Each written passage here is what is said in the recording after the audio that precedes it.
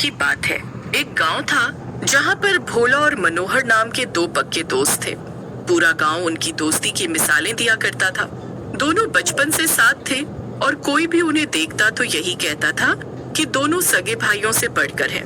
अक्सर मनोहर गड़बड़ किया करता था और भोला उसकी गलतियों को सुधारने में मदद करता था। एक दिन मनोहर भागता हुआ भोला के पास आया।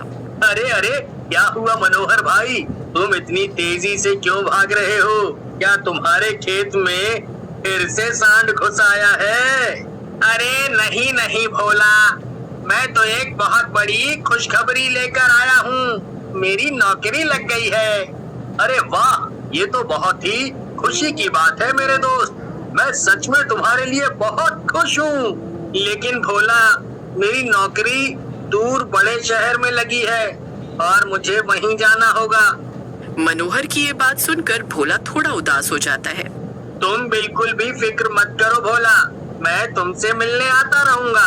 हाँ मनोहर, वैसे ये अचानक से तुम्हारी नौकरी इतनी दूर शहर में कैसे लगी?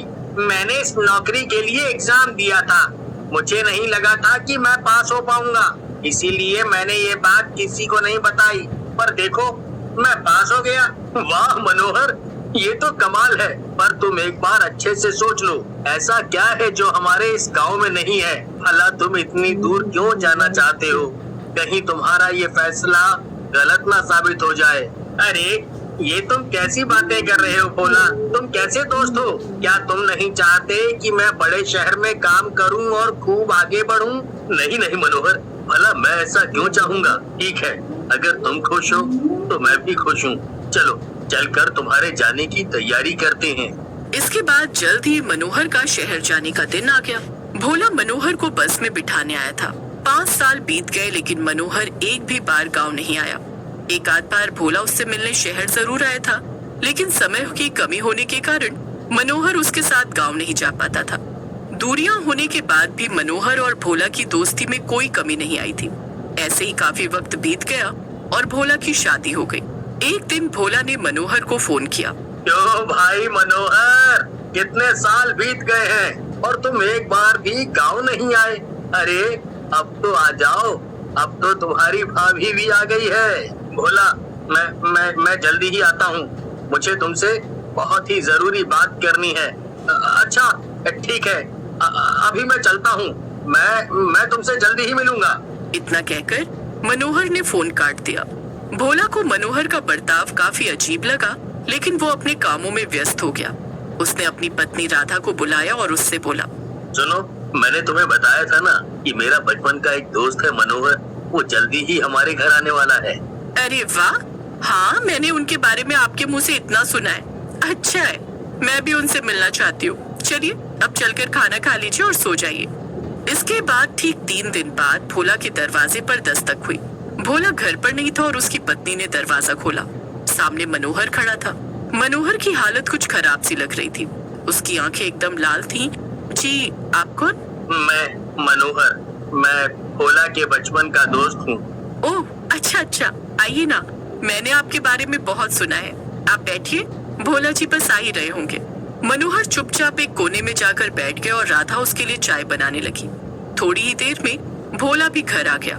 मनोहर को देखते ही वो खुशी से उछल पड़ा। अरे मेरे भाई, आखिरकार तुम आ ही गए। लेकिन ये तुमने अपनी क्या हालत बना रखी है? अरे कुछ तो बोलो, तुम ऐसे चुपचाप क्यों खड़े हो? आखिर क्या हुआ है तुम्हें? और तुम उस दिन फोन पर इतने डरे हुए क्यों थे? भोला सवाल पर सवाल करता जा रहा था, लेकिन मनोहर अभी भी चुप था। तभी मनोहर ने अपना रूप बदल लिया और वो एक डरावने भूत में बदल गया। उसे देखकर राधा और भोला बहुत तेज डर गए। ये क्या है जी? ये आपका दोस्त तो एक भूत है, भूत। अरे अब क्या होगा? ये तो हम दोनों को मार डालेगा। अरे रे रे रे, चुप हो जाओ राधा, मुझे जरा उससे बात तो करने दो। मनोहर, ये सब क्या हो रहा है? ये तुम्हें क्या हो गया है? हाँ मेरे दोस्त, मैं मर चुका हूँ और एक भूत बन गया हूँ। लेकिन ये सब हुआ कैसे? मुझे सब कुछ। ये 3 दिन पहले की बात है भोला। मैं अपना काम खत्म करके ऑफिस से घर जाने के लिए निकल रहा था। उस समय ऑफिस में कोई भी नहीं था कि तभी अचानक से मेरे बॉस की बेटी पूजा मेरे सामने आकर खड़ी हो गई। हाँ पूजा जी, सारा काम हो गया, अब बस घर के लिए निकल रहा हूँ। पर आप यहाँ, क्या बात है? मनोहर, मैं तुमसे कुछ कहना चाहती हूँ। दरअसल जब से मैंने तुम्हें देखा है मुझे तुमसे प्यार हो गया है और मैं तुमसे शादी करना चाहती हूँ। पूजा की बात सुनकर मनोहर हैरान हो गया और कुछ भी नहीं बोला। मनोहर, मैं कब से तुम्हें ऑफिस में देखती आ रही हूँ। कई बार सोचा कि तुम्हें बता दूं लेकिन हिम्मत ही नहीं हुई। आज बड़ी हिम्मत करके तुम्हें बता रही हूँ। ये तुम क्या कह रही हो पूजा?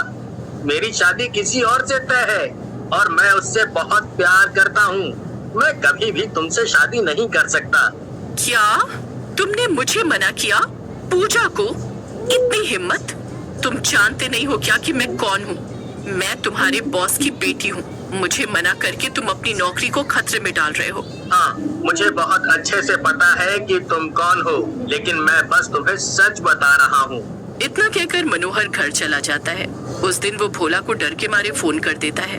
मनोहर ने पूजा को मना तो कर दिया था, पर उसे इस बात से बहुत डर लग रहा था कि कहीं बात उसकी नौकरी पर ना जाए।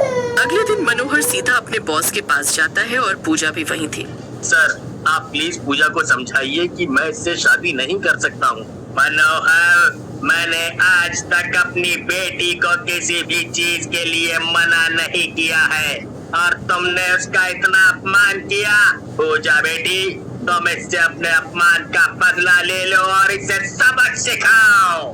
पूजा को अपना ये अपमान बर्दाश्त नहीं होता है और वो गुस्से में पास रखा टेबल लैंप उठाती है और मनोहर के सर पर मार देती है।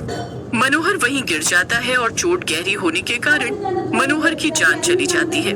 इसके बाद पूजा और उसके पापा मनोहर की बॉडी को उठाकर जला देते हैं। और इस तरह पूजा और उसके पापा ने मेरी जान ले ली। क्या? ये तो तेरे साथ बहुत ही बुरा हुआ मेरे भाई।